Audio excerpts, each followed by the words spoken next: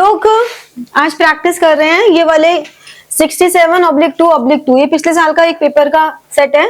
हाँ, ऐसे फेंक दो पीछे, पूरा घर कूड़ेदान है। चलो इसमें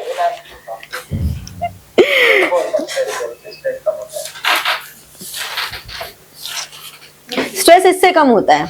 ऐसे करते हैं ना, जब भी स्ट्रेस हो ना तो एक तो ये ऐसे ऐसे करो, इससे एक्चुअली में स्ट्रेस कम होता है। व्हेनेवर यू फील कि तुम एंजाइटी में हो, स्ट्रेस में, तो ऐसे करो। या फिर एक होता है इसको ऐसे पकड़ के और इधर से, इधर वाले हाथ से इधर को पुश करो ऐसे, और फिर इधर वाले हाथ से इधर को पुश करो ऐसे। मैं चक्कर काटूंगी। अब अगर रात को बैठ के पढ़ रहे हो तब हो रहा है तो चक्कर काटने नहीं जा सकते ना, तब यू नीड समथिंग। नाचना तो बहुत अच्छा होता है, वरना ऐसे ऐसे कर लो। चलो अभी पढ़ते हैं। 16th का फर्स्ट पार्ट है, MCQ है ये। Kishore and Bimal are partners in a firm sharing profits and losses in 4:3. Nandi is admitted for 1/4 share. Kishore and Bimal decided to share profits equally in the future. Sacrificing ratio क्या होगी? ठीक है ना? तो यानी कि जो 3/4 share बचा, 1 - 1/4, जो 3/4 बचा वो इक्वली ले लिया उन्होंने।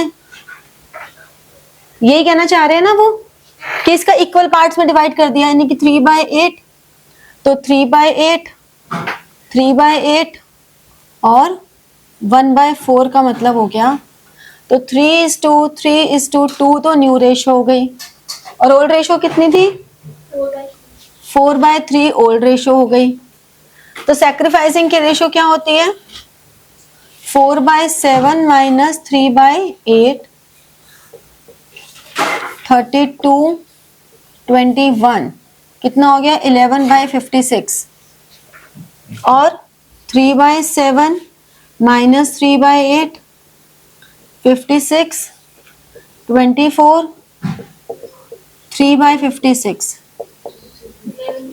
11/3 सैक्रिफाइसिंग रेशो हो गई। ऑप्शन सी, ठीक है। इसका पूरा 3/4 माइनस कर दिया मैंने। किन्होंने? गलत कर दिया ना, तो सही बता तो रही हूँ। और पार्ट है, Raju, Sohan and Tina are partners in a firm sharing profits and losses in 2:2:1. Tina is guaranteed a minimum amount of 40,000 of share of profit every year. Okay. Deficiency arising on that account borne by Raju. Okay. Profit of the firm 160. तो पहले तो 160 को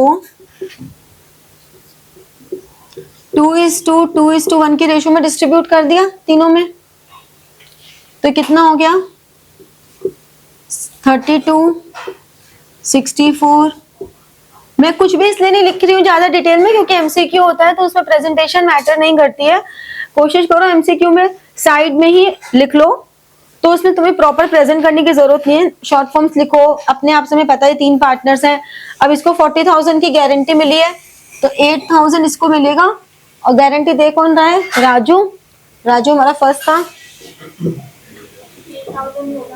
Raju will bear a deficiency of 8,000, तो ए हो गया ना इसका part.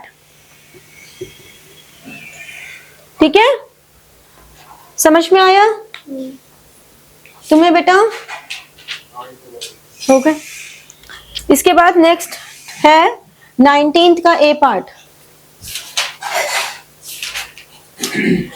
19th का ए पार्ट हमारे पास है, प्रतीक, चारू एंड सिनेमा were partner sharing 3:2:1. Pratik retired from the firm on March. Charu and Salima decided that capital of the new firm will be 630. After all adjustments, Charu and Salima की capital है 435 and 189,000. Calculate the amount of cash to be brought into the firm or to be paid by the partners. अच्छा, अब प्रतीक, Charu and Salima है। हमें इसमें जो core points है वो क्या देखने हैं? 3:2:1। न्यू रेशो हमें कुछ भी नहीं दी हुई है, तो 630 जो टोटल कैपिटल है वो चारू एंड सलीमा। अब इसमें हमें प्रॉपर ये वर्किंग नोट्स तरीके से दिखाने पड़ेंगे 2:1 में। क्यों? क्योंकि सब्जेक्टिव क्वेश्चन है, एमसीक्यू नहीं है, तो हमें दिखाना है कि ये चारों इन सरीमा में किस तरह से डिवाइड हुए हैं, ठीक है ना। 420, और ये तो इनकी कैपिटल है न्यू कैपिटल,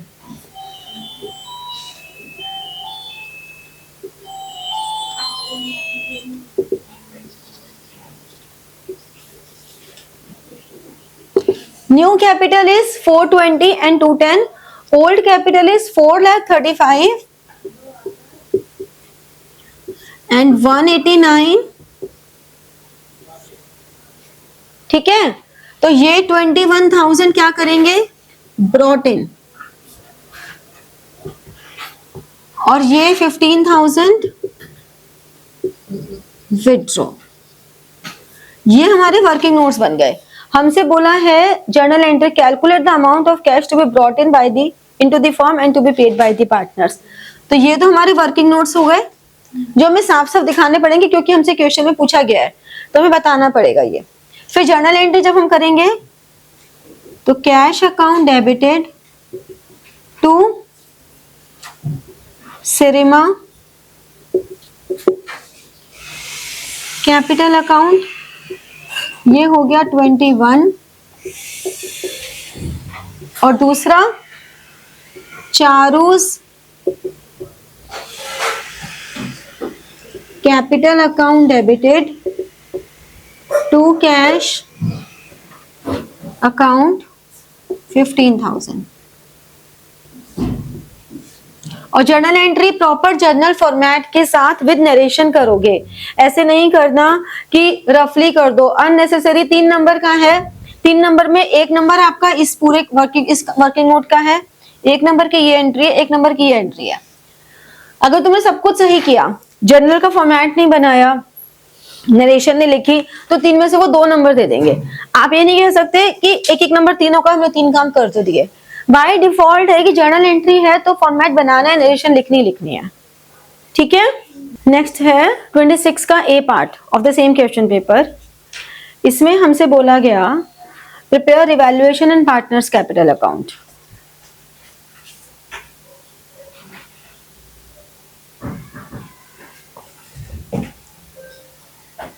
रिवैल्यूएशन में furniture was to be depreciated by 6,000,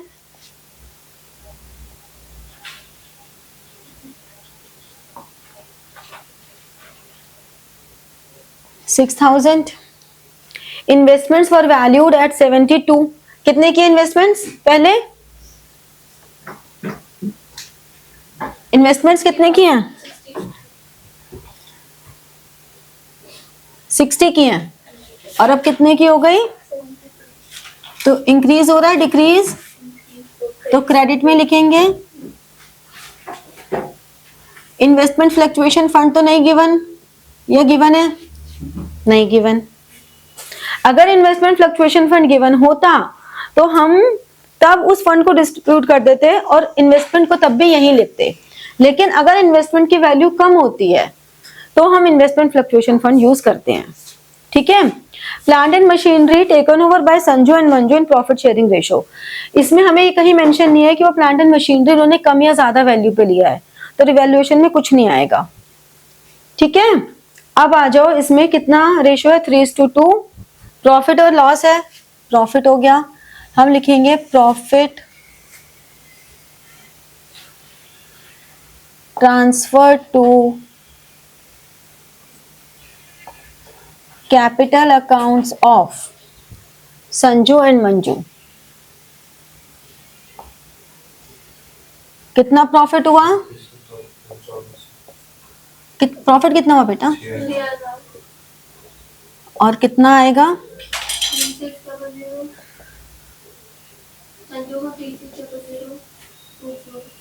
ये प्रॉफिट आ गया, ठीक है। अब हमें बनाने हैं कैपिटल अकाउंट्स।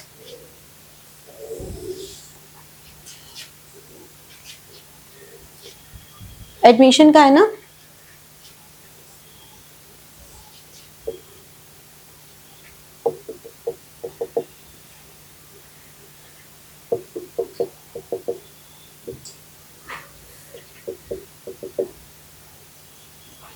ठीक है।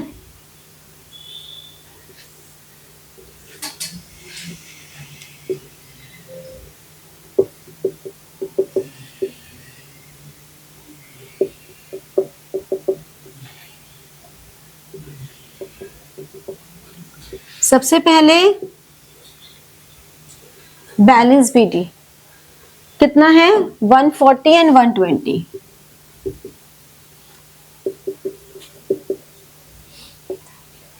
ठीक है, आगे क्या मिलेगा इनको, जनरल रिजर्व मिल गया।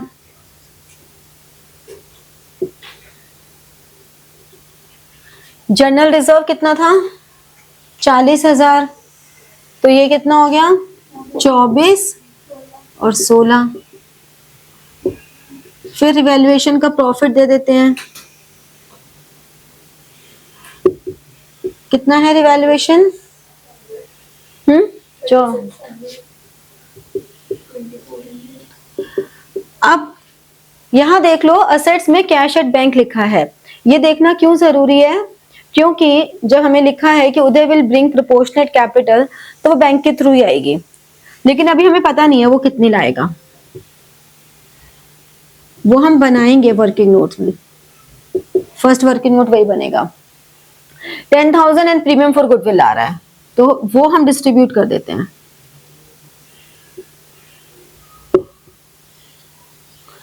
प्रीमियम फॉर गुडविल 10,000 है, हमें न्यू रेशो कुछ भी नहीं दी हुई है, यानी कि ओल्ड रेशो ही सैक्रिफाइसिंग रेशो है 3:2, तो 6 और 4 हो गया। Plant and machinery Sanju and Manju ने ले ली प्रॉफिट शेयरिंग रेशो में, कितनी थी प्लांट एंड मशीनरी 80,000।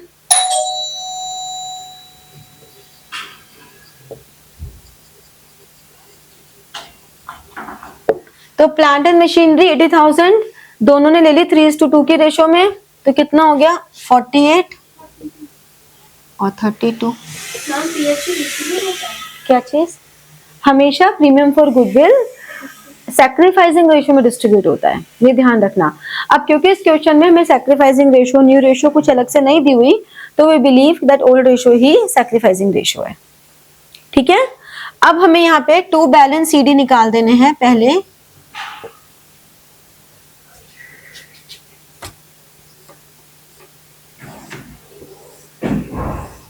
कितना आ गया 164, 167, 173, 600, और ये हो गया 136, 138, 142, 400। इसमें से 48 हमने माइनस कर दिया, तो इसका आ गया 600, और ये आ गया 5, और ये आ गया 2 और 1, और 142 400 में से 32 माइनस कर दिया, तो 400, 0, 1 और 1। अब हमें उन्होंने क्या बोला है कि वो प्रोपोर्शनेट कैपिटल ला रहा है। उदय का शेयर है 1/4, तो संजू एंड मंजू का शेयर हो गया 1 - 1/4, 3/4। इन दोनों के कैपिटल वर्किंग नोट्स बहुत साफ सुथरे लिख के, total capital of Sanju and Manju कितनी हो गई 125, 600, 110, 400, दैट इज 6, 3 and 2। तो कैपिटल फर्म की कैपिटल 236 इंटू 4/3। इसको सॉल्व करने की जरूरत नहीं है, एज इट इज छोड़ दो और यहीं पे से उदय की कैपिटल निकाल दो, क्योंकि अननेसेसरी कोई कैलकुलेशन करने का मतलब नहीं है, हमें अल्टीमेटली उसे कट करना है। तो 236 इंटू 4/3 इंटू 1/4, तो ये कितना हो गया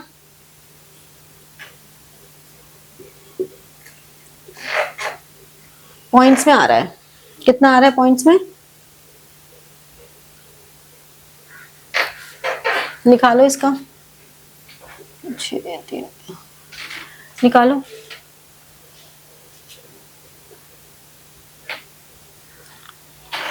कौन सा है ये, नहीं पॉइंट में नहीं आएगा। पॉइंट्स में नहीं आना चाहिए। 7, 1, 2 14, 11, 6, 4, 10, 1, 6, 2, 1, 3, मैं वही देख रही हूँ, कोई तो पॉइंट्स में आना नहीं चाहिए, बोर्ड में जनरली ऐसा 712000। 3 से डिवाइड कर रही हो तुम, ये 3 से फुल डिवाइड हो ही नहीं रहा ना। क्यों नहीं हो रहा? देखो बेटा इसका सम 6 और 2 8 और 3 11 आ रहा है, नहीं हो सकता, कुछ और गड़बड़। 26 है ना, 26 नहीं हो रहा।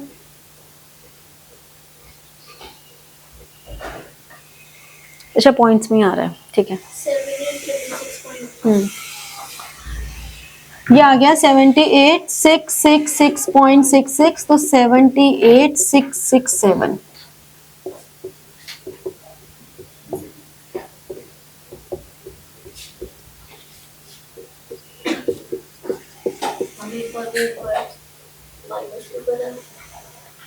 बेटा क्योंकि उदय का शेयर 1/4 है, तो यानी कि बाकी बच्चे टोटल शेयर अगर 1 है तो बाकियों का शेयर 1 - 1/4 हो गया ना।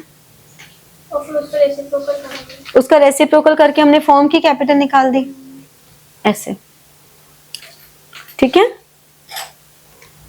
एक बार इसके बी पार्ट में गुडविल ऑफ द फर्म को बता दी।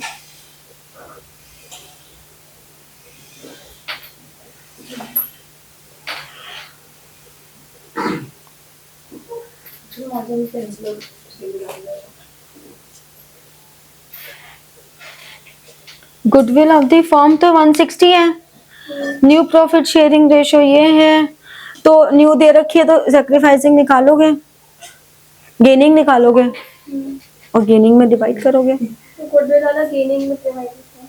नहीं ऐसे नहीं मत रटो, रिटायरमेंट के केस में गेनिंग रेशो में होता है और एडमिशन में सैक्रिफाइसिंग में। जब कोई पार्टनर रिटायर होगा तो बच्चे हुए गेन करते हैं ना, तो ऐसे समझो, इसे रटो मत। हमने साथ में एक क्वेश्चन में एक पार्टनर को शेयर निकाला था और फिर डिवाइड किया था, वो ऐसे क्यों था?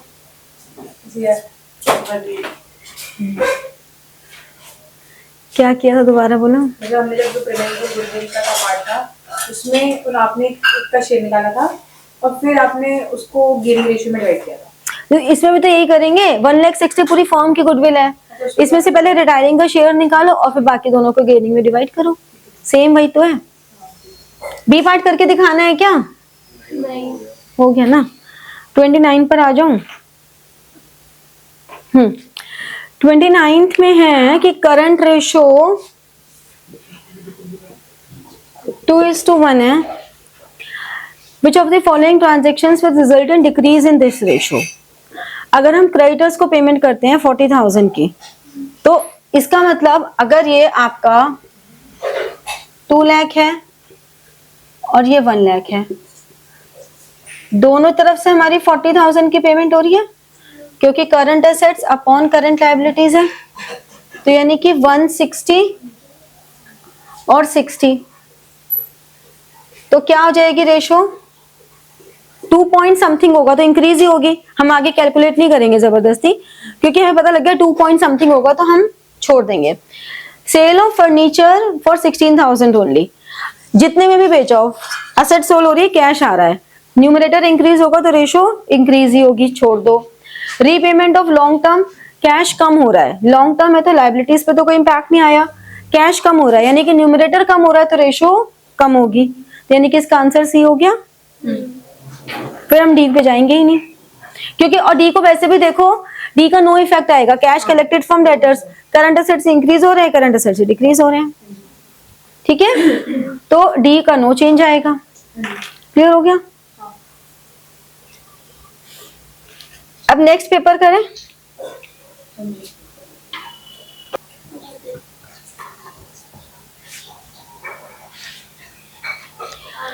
Now the next paper is, जिसका क्वेश्चन पेपर का कोड है 67-3/3, ठीक है। इसके क्वेश्चंस कर रहे हैं हम लोग कुछ, इसमें डाउट्स में थर्ड क्वेश्चन है।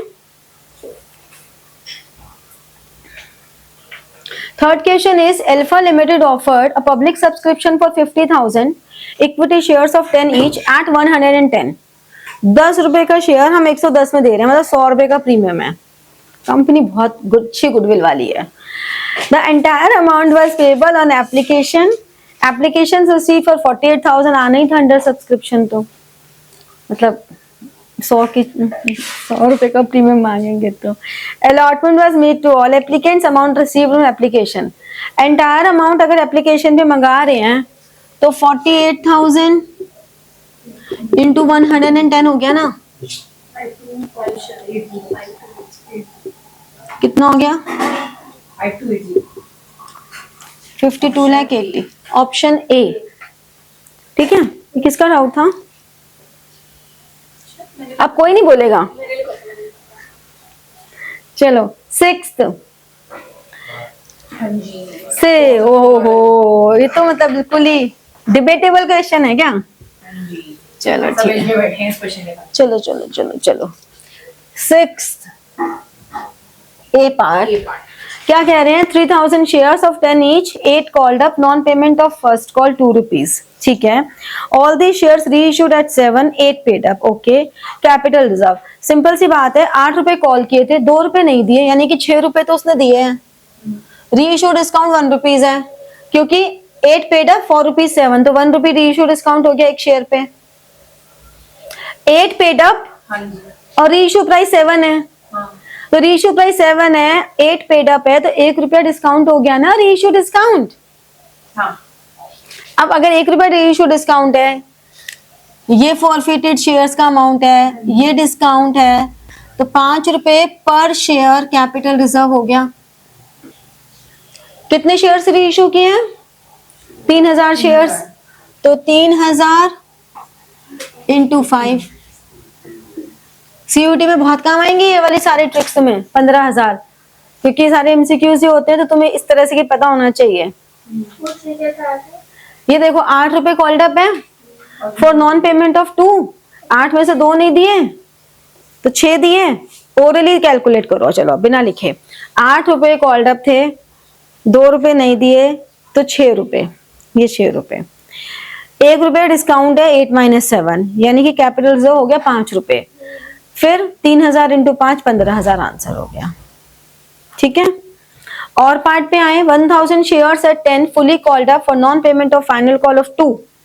ठीक है, 800 of these shares reissued eight 11, यानी कि री इशू डिस्काउंट 0 है। ये समझ में आ गया?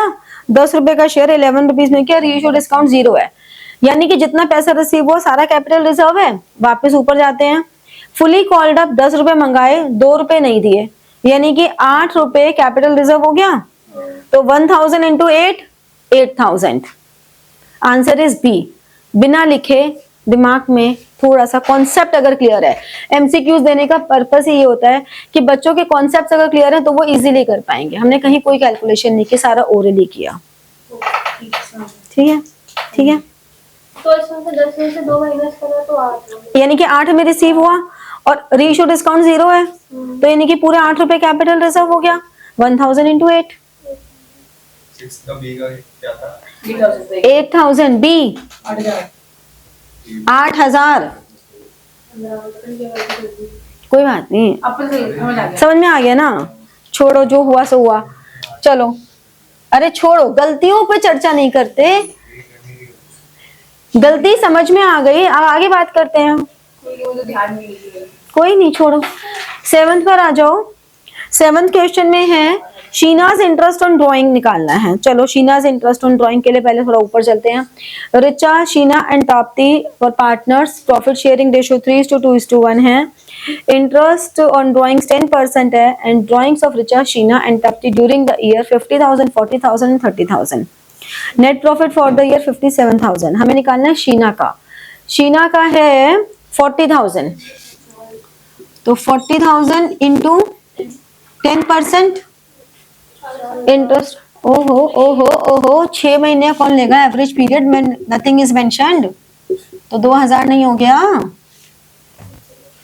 D, when no time period is given, the average period should be taken as 6 months.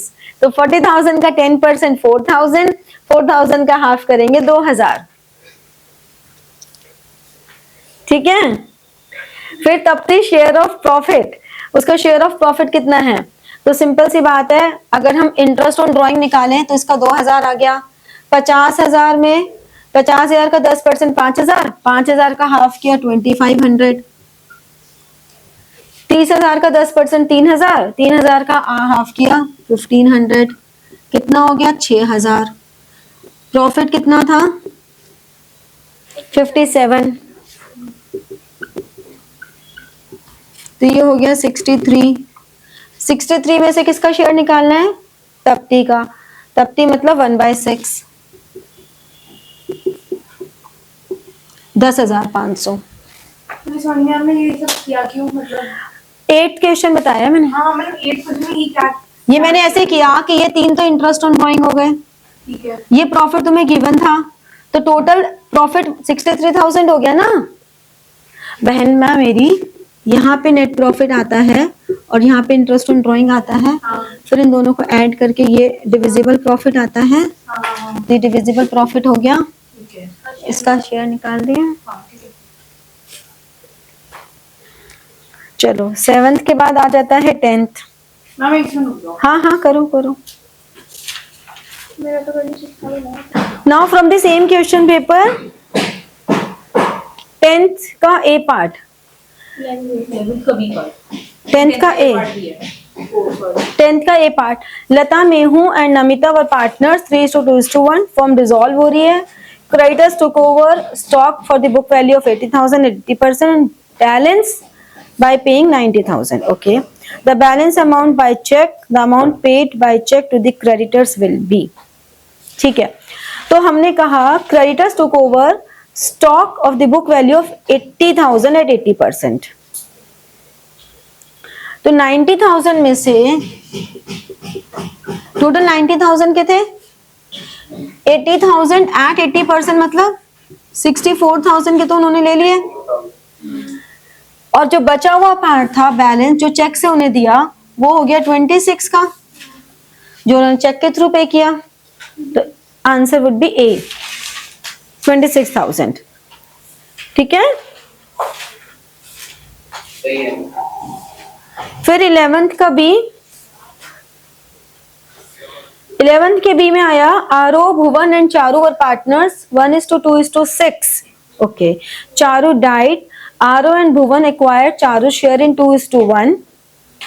ठीक है, द न्यू प्रॉफिट रेशो, अब हमें गेनिंग रेशो पता है, यानी कि आरो को मिला 2/3 ऑफ 6 बाय कितना है 9, और दूसरा है भुवन, उसको मिला 1/3 ऑफ 6/9। तो आरो का न्यू शेयर कितना हो गया 1/9 माइनस प्लस 12/27।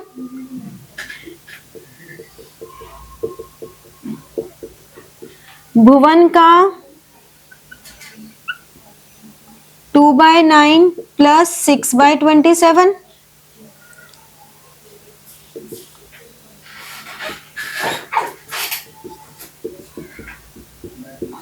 तो 15:12,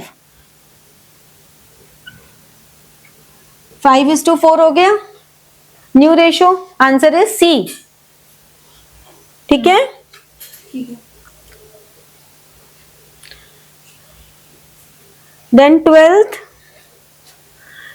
Shrikant and Ajay were partners in a firm sharing profits and losses in 5:3. Shrikant withdrew 10,000 in beginning of each quarter. Okay. Interest on Shrikant's drawing 6% for the year ended will be. तो 10,000 beginning of each quarter है, तो 10,000 into 4 तो total drawings हो गए, क्योंकि एक साल में 4 क्वार्टर होते हैं। इंटरेस्ट ऑन ड्रॉइंग 6/100, तो total drawings into rate of interest, ये टोटल ड्रॉइंग्स हो गए, ये रेट ऑफ इंटरेस्ट हो गया। एवरेज पीरियड अगर वो निकाल रहे हैं बिगिनिंग ऑफ ईच क्वार्टर तो 7.5 मंथ होता है, यानी कि 15/2 इंटू 1/12। ध्यान रखो जब भी बिगिनिंग ऑफ ईच क्वार्टर में है तो बिगिनिंग ऑफ ईच क्वार्टर में 7.5 month average period, end of each quarter में है तो 4.5 मंथ एवरेज पीरियड, और ड्यूरिंग ईच क्वार्टर है तो 6 मंथ। ये हमारा होता है। अगर ये क्वार्टर में ना हो, ये तो क्वार्टरली हो गया। अगर मंथली हो तो बिगिनिंग में 6.5, एंड में 5.5 और ड्यूरिंग 6। अगर ईयरली है तो मंथली, ये ईयरली और मंथली, ये क्वार्टरली और ईयरली। ये ध्यान रखना है, पूरे साल का बता रही हूं मैं, हाँ। ठीक है, पूरे साल का, कि अगर पूरे साल ड्राइंग्स हुए हैं तो अगर क्वार्टरली है तो ये आएगा और मंथली है तो ये आएगा। अब इसको हमने सॉल्व कर लिया, फिर कैंसिल हो गया ये हमारे पास, ठीक है ना। ये 4 से कैंसिल हो गया तो ये कितना आ गया 1500। तो आंसर इज सी, ठीक है। 12th का बी पार्ट क्या कह रहा है कि Abha, Manju and Riya were partners 3:3:4 during the year ended. Riya withdrew 30,000 at the beginning of each half year. Drawings पे इंटरेस्ट है 10%। अब देखो, एक हमारे पास फॉर्मूला होता है months left after first withdrawal plus months left after last withdrawal upon 2। तो अगर वो एवरी 6 मंथ्स के बिगिनिंग में कर रही है तो यानी कि फर्स्ट विथड्रॉल के बाद तो पूरे 12 महीने बचे और लास्ट विथड्रॉल के बाद 6 मंथ बचे, 9 हो गया ना। तो अब 30,000 at the beginning of each half year, यानी कि टोटल ड्राइंग्स हो गए 30,000 इंटू 2। रेट ऑफ इंटरेस्ट हो गया 10% का, और ये हो गया 9/12। तो अब निकाल दो, ये आ जाएगा, ठीक है ना। यहां से ये आ गया, कितना हो जाएगा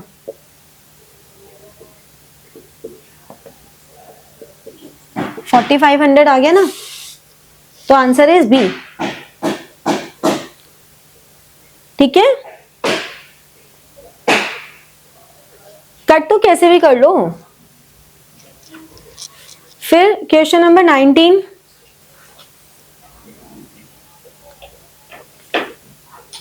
में देखो क्या हो रहा है। सुमी लिमिटेड, अब ये जर्नल एंट्रीज का क्वेश्चन है, तो अब यहाँ पे एमसीक्यूज नहीं है, तो प्रॉपर आप जर्नल का फॉर्मेट बनाओगे। मिटा दूं, जर्नल का फॉर्मेट बनाओगे, प्रॉपर जर्नल एंट्रीज करनी है। Sumi limited acquired assets of 8 lakh, took over sundry creditors of 2 lakh from Pandora Limited for a purchase consideration of 9 lakh. Payment made by 4,60,000 check it through, remaining by issue of debentures at a premium of 10%. तो पहली entry हम, question number कौन सा था 19। देखो ऊपर journal of नाम लिखना बहुत जरूरी है, उससे ये रिकॉग्नाइज भी हो जाता है कि आपने कौन सा पार्ट अटेम्प्ट किया है। It would be easy for examiner, क्योंकि आपने 19A लिखा, मान लो ए स्किप भी हो गया फॉर एनी रीजन, वैसे तो नहीं होना चाहिए बट चलो हो गया, तो आपने लिखा है जर्नल ऑफ सुमी लिमिटेड।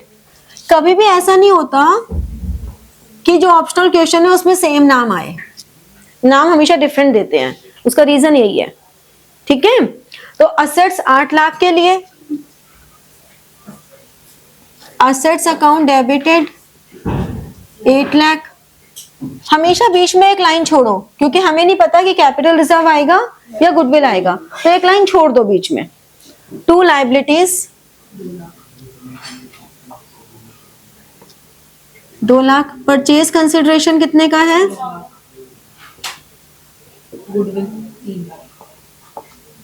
तो क्या नाम था, पंडोरा लिमिटेड।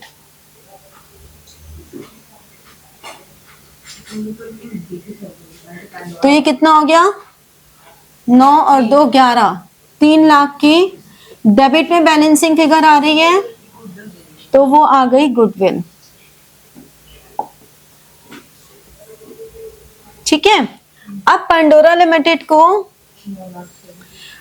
चेक की पेमेंट हमेशा नेक्स्ट एंट्री में दिखाओगे। उसका रीजन ये है कि एक बार हमें पूरा परचेज कंसिडरेशन दिखाना जरूरी है, उसके बाद हम ये नेक्स्ट एंट्री करते हैं पेमेंट के लिए कि हमने पेमेंट कितनी की है। 9% डिबेंचर्स,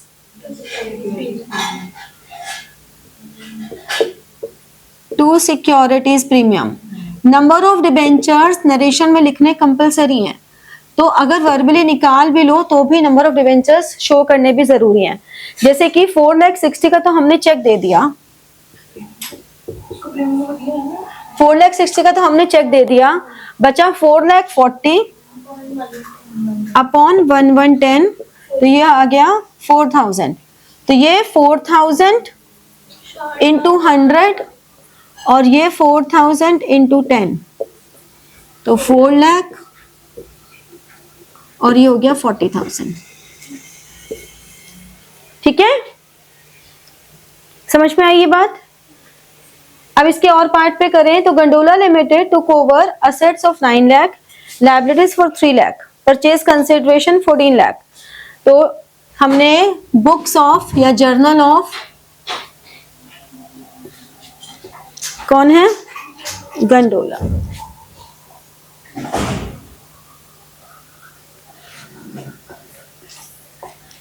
असेट्स कितने के लिए, 9 लाख। लायबिलिटीज कितने के लिए, 3 लाख। परचेज एक के लिमिटेड ए के लिमिटेड, 14 लाख। गिराओ गिराओ सब गिराओ। ये हो गया 17 लाख। 17 में से 2 गए, सॉरी 9 गए, कितना हुआ, 8 लाख का क्या आ गया। अब देखो ऑप्शनल क्वेश्चन में ज्यादा फर्क नहीं है। अब ए के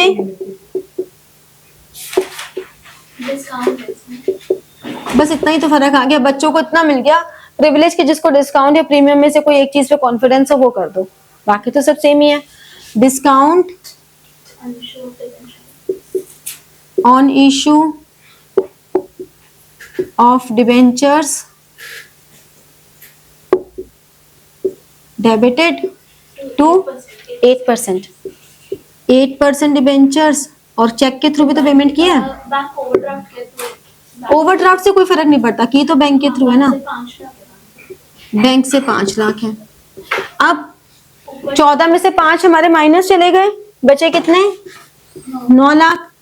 मैं बोल रही हूँ कि कितने में क्या डिबेंचर्स की वैल्यू, अगर हमें कुछ भी नहीं मेंशन होता ना तो हम हमेशा फेस वैल्यू 100 ही एज्यूम करते हैं, और आप ये लिख दोगे assume face value is ₹100 each. तो 90 से करा हमने, तो ये आ गया 10,000, तो यहाँ आ गया 10,000 इंटू 100 और यहाँ आ गया 10,000 इंटू 10, तो ये हो गया 1 लाख और ये हो गया 10 लाख। ठीक है, समझ में आया, हो गया। मैम इसमें आपने 4,000 ऐसे किया था ए वाले में। ये आया ना बेटा 4,000 नंबर ऑफ डिबेंचर्स। ठीक है, क्यों? ट्राई करेंगे हो रहा है ना, बस मूवी उल्टा कर दिया है। हमने नेक्स्ट हमें 25th करना था ना, ओपनिंग आफ्टर 25 से करना है। 25 इसका डाउट है। 25th और 34 भी तो है किसी का डाउट। 25 नहीं अरे तो सुन लो, तुम्हारे नहीं है तो भी। किसी का नहीं है जो सेट कर रहे हैं मुझे कृत्युत का है। अच्छा ओ सॉरी सॉरी भाई।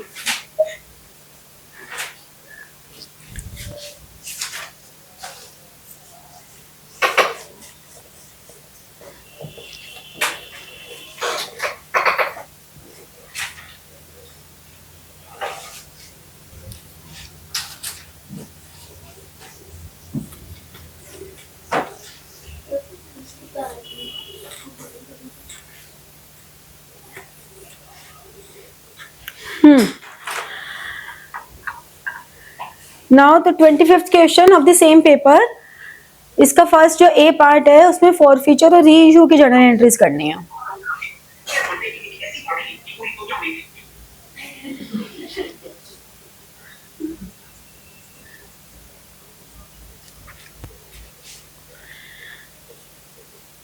ट्वेंटी फिफ्थ ए पार्ट, उसमें फॉरफीचर एंड री इशू की एंट्रीज करनी है। फर्स्ट पार्ट कर रहे हैं हम नियॉन लिमिटेड। अब अगर ये फर्स्ट और सेकंड पार्ट्स हैं और इसमें दो अलग अलग कंपनीज हैं, तो आप यहाँ पे अलग अलग कंपनीज के अलग अलग जर्नल बनाओगे। ऐसे मत करना कि एक ही जर्नल बना दिया। जर्नल ऑफ नियॉन लिमिटेड, ठीक है। 2000 shares of 10 each issued at a premium of 2 for non-payment of allotment money of ₹5 including premium.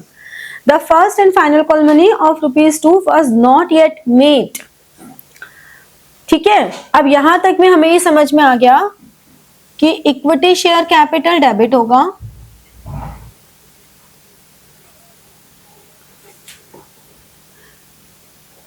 और सिक्योरिटीज प्रीमियम क्योंकि नहीं मिला तो सिक्योरिटीज प्रीमियम भी डेबिट होगा, ठीक है। क्योंकि प्रीमियम मनी अगर रिसीव नहीं होती तो वो हमेशा डेबिट होती है, ठीक है। फिर to forfeited shares account,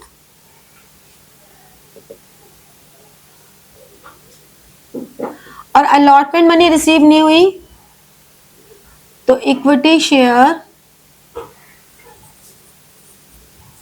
allotment account. अब फिगर्स कैसे आएंगी? हमें बोला गया कि ₹2 की first and final call was not yet made, यानी कि कॉल्ड अप कितना है ₹8, तो यानी कि 2000 इंटू 8 16,000 यहां आ गया। प्रीमियम ₹2 का था तो 2000 इंटू 2 4000 यहां आ गया। फॉरफिटेड शेयर्स में हमें ₹5 तो यहाँ पे नहीं मिले, यानी कि 10,000 यहां आ गया और 10,000 फॉरफिटेड शेयर्स में आ गया, क्योंकि जो टोटल ₹8 थे उस ₹8 में से हमें ₹3 ही मिले अलॉटमेंट के, मतलब ₹3 अलॉटमेंट के नहीं मिले, तो हमें ₹5 एप्लीकेशन के मिले। ऐसे समझ लो, या ऐसे समझ लो कि ₹8 की फेस वैल्यू थी, ₹2 का प्रीमियम था, टोटल ₹10 का हो गया। उस ₹10 में से ₹5 अलॉटमेंट के नहीं मिले।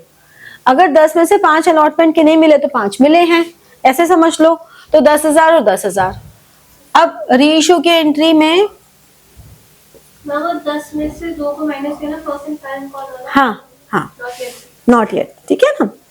फिर out of these 1500 shares reissued at 7 पर शेयर, 8 पेड अप, यानी कि बैंक अकाउंट डेबिट में आएगा 1500 इंटू 7। फॉरफिटेड में री इशू डिस्काउंट आता है 1500 इंटू 1, ठीक है ना। तो कितना हो गया 15 इंटू 7, ये हो गया इक्विटी शेयर कैपिटल। यहां पर आएगा 1500 इंटू 8, तो ये हो गया 12,000, ये हो गया 10,500। फिर फॉरफिटेड शेयर्स अकाउंट डेबिटेड,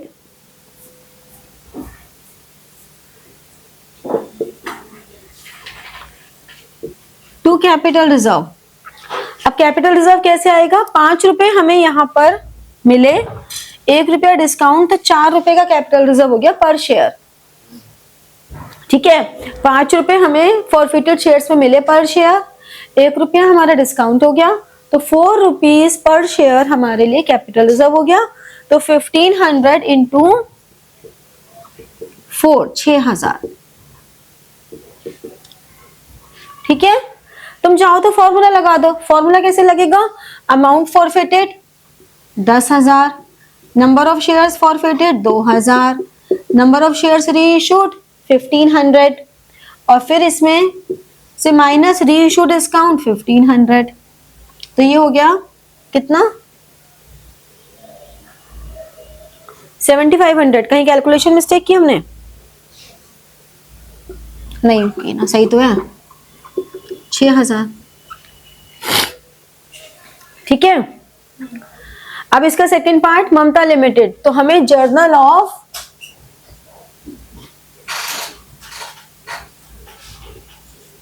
ममता लिमिटेड,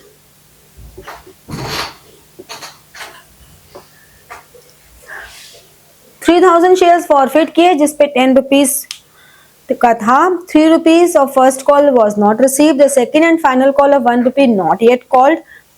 तो यानी कि फाइनल कॉल 1 रुपए की नहीं मिली है, सिंपल। तो अब जैसे कि ऊपर वाले क्वेश्चन में भी हमें शेयर्स लिखा था, कहीं इक्विटी नहीं लिखा था, तो तुम्हारे लिए इक्विटी लिखना कोई जरूरी नहीं था, तुम नहीं भी लिखते तो चल जाता, ठीक है ना। तो शेयर कैपिटल अकाउंट डेबिटेड,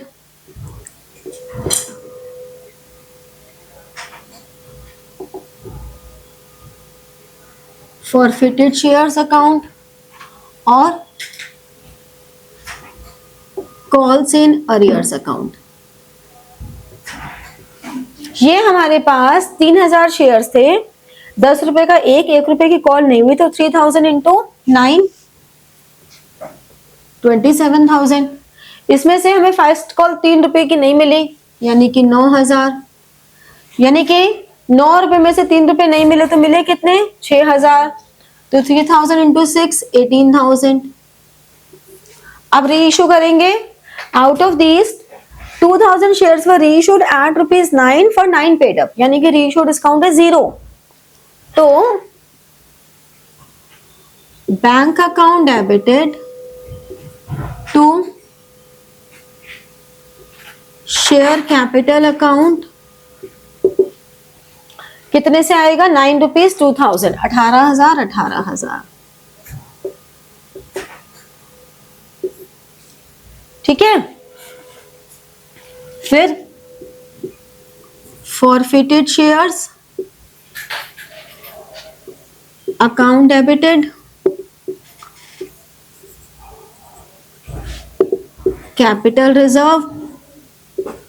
अब यहां पे क्या हो रहा है कि हमने कितने रुपीस का फॉरफिचर लिया था, 6 रुपए का ना, तो 6 माइनस 0 6 हो गया, तो 2000 कितने शेयर्स 15 2000 इंटू 6 12,000। फॉर्मूला लगा के करना चाहो फॉर्मूला लगा के कर लो। Amount forfeited 18,000, number of shares forfeited 3000, number of shares reissued 2000 minus 0 12,000। कैसे भी कर लो, कोई ऐसा रूल नहीं होता कि ऐसे ही करना है ऐसे ही करना है, कैसे भी कर लो। बात यह है कि आपको समझ में आना चाहिए हम कैसे कर रहे हैं। एग्जाम में कभी लिखा हुआ नहीं आने वाला कि फॉर्मूले के थ्रू करो या शॉर्टकट करो, आपको जिसमें कॉन्फिडेंस हो कि आप गलती नहीं करोगे, ठीक है। सिर्फ एक प्रो राटा है जिसमें हमें फॉर्मूला अप्लाई करना ही पड़ता है, अगर यहाँ पे प्रो राटा होता तो, ठीक है। The last question of this question paper 34th, calculate cash flow from investing activities from the following information. हमारे पास plant and machinery and goodwill दिया हुआ है और नीचे प्लांट एंड मशीनरी की इंफॉर्मेशन दी हुई है, ठीक है। तो इन्वेस्टिंग एक्टिविटीज में हमें ये तो समझ में आ रहा है कि प्लांट एंड मशीनरी कुछ सेल है कुछ परचेज है, वो आएगा, और गुडविल हमारी 80,000 से 180 हो रही है तो वो परचेज है। तो आप पहले इसका फॉर्मेट बना दो, cash flow from investing activities,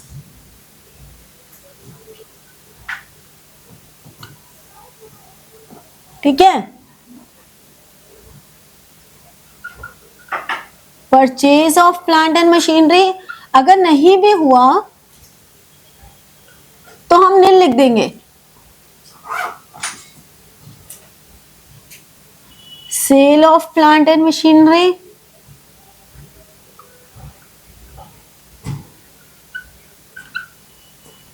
और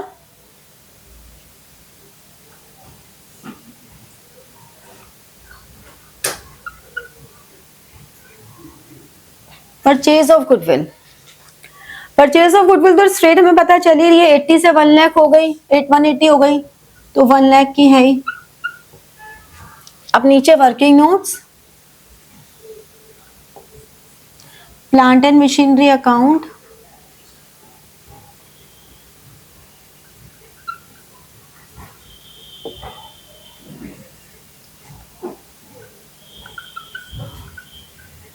टू बैलेंस BD कितना है? ओपनिंग बैलेंस 3 लाख है और क्लोजिंग है 410।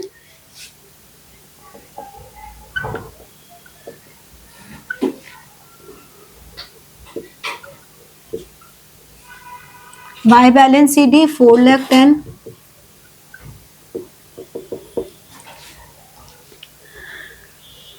A machine costing rupees 85,000, depreciation provided there on 15,000, sold for 62। ठीक है, हमने सोल्ड की 62 में, तो बाय बैंक 62। अब बुक वैल्यू कितनी हो गई? कॉस्ट लेस डेप्रिसिएशन, मतलब 80,000 माइनस 15 कितना है? 85 माइनस 15,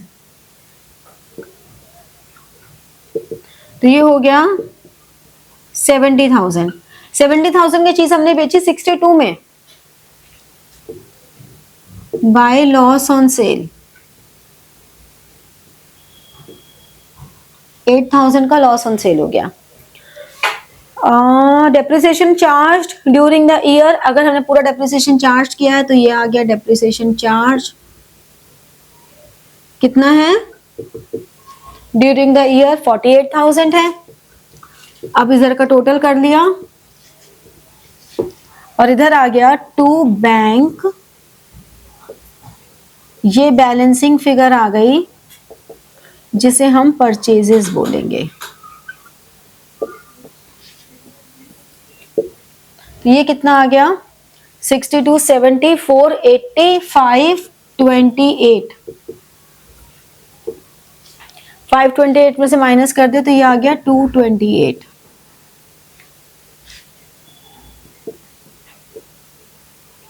तो इसका मतलब परचेज में आ गया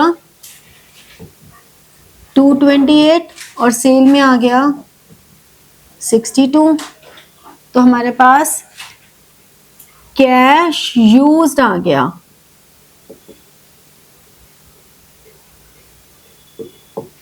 या आउटफ्लो आ गया। कितना आ गया ये हमारे पास? ये आ गया हमारे पास 38, ऐड कर देंगे उसमें तो 58, 66 आया क्या? 266। कैलकुलेशन चेक कर लो कि 266 ही आ रहा है क्या? Ma'am sale of plant and machinery की वैल्यू आपने क्या लिखी हुई है? 62,000।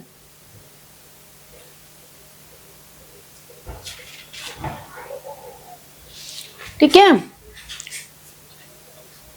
सही है। सही है।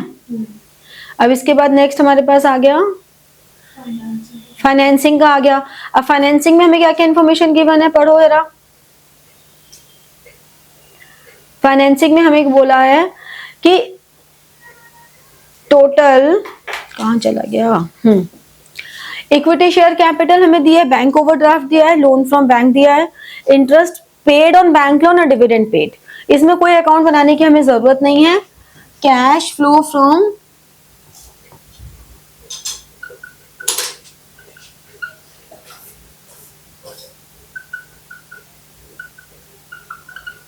Financing activities,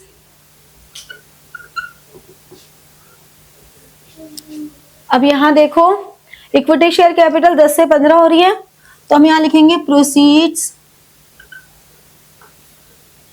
from issue of shares.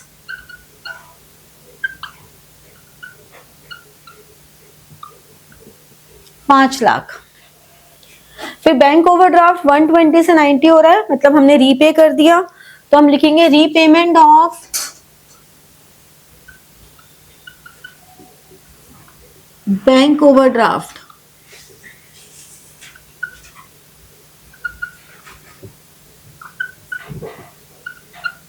$30,000। फिर लोन फ्रॉम बैंक 6 से 7 हो रहा है, मतलब हमारे पास पैसा आ रहा है, तो प्रोसीड्स फ्रॉम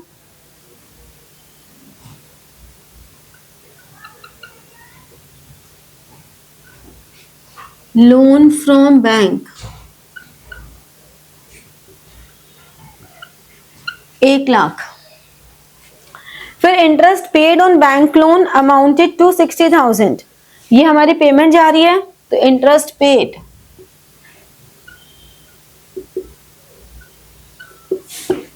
कितना है 60,000, डिविडेंड पे और डिविडेंड पेड 1,10,000।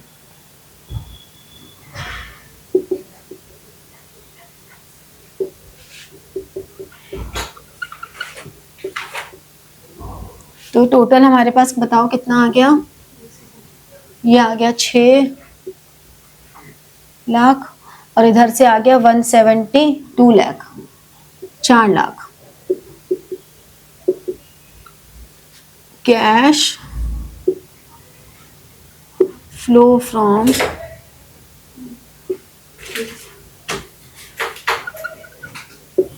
Financing activities. ठीक है, तो इस तरह से इस पेपर के क्वेश्चंस हो गए। ये नियम अपने पास रखो कि हमें 19 तारीख को हमारा जैसे पेपर है, उससे पहले तुम लोगों का इंग्लिश का पेपर 10 तारीख को 11 को है, तो 8 तारीख से तो चलो तुम इंग्लिश पढ़ोगे, उससे पहले डेली तुम्हें 2 पेपर, एक इकोनॉमिक्स का और एक अकाउंट्स का, डेली के 2 पेपर सॉल्व करने ही करने हैं। ये नियम रखोगे ना तो तुम बहुत अच्छा स्कोर ले सकते हो, बट कंसिस्टेंसी इज इम्पोर्टेंट। तो डेली का एक अकाउंट्स का पेपर, एक इकोनॉमिक्स का पेपर हमें सॉल्व करना ही है। आपको मैं रोज का पेपर भेज रही हूँ, आप लोगों के पास अपने मैंने बहुत सारे पेपर्स पहले भी दिए हुए हैं, और ये कहा कि उन्हीं पेपर्स को दोबारा भी करो। तो रोज के एक पेपर बैठ के करने हैं, वो करते समय तुम्हें जो रियलाइज हो कि हाँ ये टॉपिक हमारा वीक है, उस टॉपिक को तुम्हें दोबारा से कर लेना है। फिर जब इंग्लिश का पेपर देकर आओगे 11 तारीख के बाद, तब एक बार फिर से पूरे सिलेबस के रिवीजन उठा के कर लेना, थ्योरी को रिवाइज कर लेना। फिर सिर्फ इकोनॉमिक्स ही करोगे, क्योंकि तब तो फिर इकोनॉमिक्स का ही पेपर है, तब सिर्फ इकोनॉमिक्स ही करोगे। ठीक है, तो तब इकोनॉमिक्स के एक बार सारे कॉन्सेप्ट्स रिवाइज करना, एक दिन लगा के आईडी कर ली, एक दिन लगा के मैक्रो कर ली, इस तरह से, मतलब वेडनेसडे थर्सडे फ्राइडे 3 दिन ही नहीं, ज्यादा दिन है, 8 दिन है तुम्हारे पास, 19 को है ना, 11 के बाद 8 दिन है। फाइन आर्ट्स है तो फाइन आर्ट्स को रोज आधा आधा घंटा के घंटा पढ़ोगे तो फाइन आर्ट्स भी हो जाएगी। और उससे पहले अगर तुम ये टारगेट रखो कि 2 दिन आईडी और 2 दिन मैक्रो पढ़ लें हम, और फाइन आर्ट्स को रोज 1 घंटा पढ़ते रहे, तो तुम, क्योंकि फाइन आर्ट्स का पेपर देकर आओगे तो उस दिन तुमको लगेगा ही नहीं कि तुम पढ़ाई भी ज्यादा कर सकते हो। तो बेसिकली तुम्हें अपने को पहले से ही 16 तारीख तक इतना तैयार कर लेना है, 12, 13, 14, 15, 16 5 दिन में, कि ये मांगे कि तुम्हारा बोर्ड एग्जाम अभी है, तभी इकोनॉमिक्स का पेपर अच्छे से कर पाओगे। और फिर इकोनॉमिक्स के बाद तो अकाउंट्स है, तब तो अकाउंट्स ही करना है। तो अभी पेपर्स को सॉल्व करो, ताकि तब एक बार दोबारा से सारे कॉन्सेप्ट रिवाइज कर लोगे उन छुट्टियों में। ठीक है।